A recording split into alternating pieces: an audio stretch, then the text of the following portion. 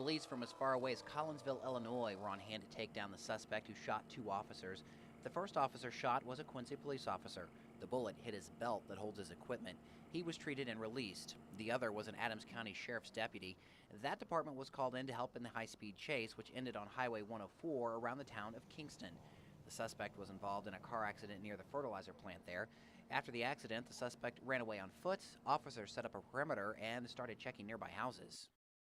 We entered one of the residences when our team was going up a set of steps, and there was an altercation, a firefight inside the house. The deputy, whose name has not been released, was shot in the chest but was wearing his bulletproof vest. He was taken to the hospital for observation after other deputies got him out of the house. From there, the suspect stayed holed up for about 6 hours.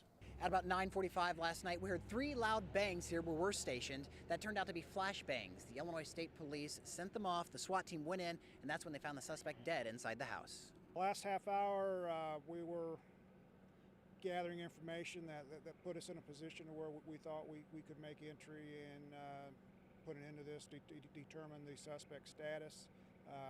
The team was able to successfully do that, and a lot of relief. More relief that 2 officers who were shot were going to be fine and no one else got hurt. But now police may never know why they got involved with this man in the first place.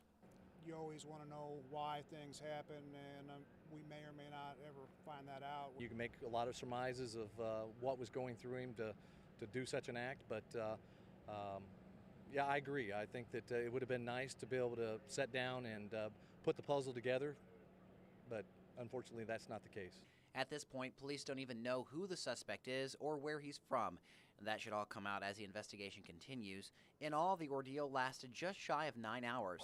Lieutenant Brad Lacey with the Illinois State Police says police didn't want to rush into the situation to bring it to a close. The reason that there was no rush, I mean, the situation showed itself that the subject was not opposed to using violence, and the house was held with a perimeter.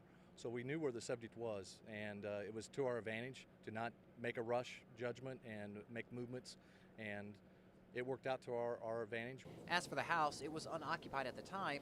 It's now a crime scene and won't be back in the owner's hands until that crime scene is fully investigated. Chad Douglas, KHUA News, Adams County.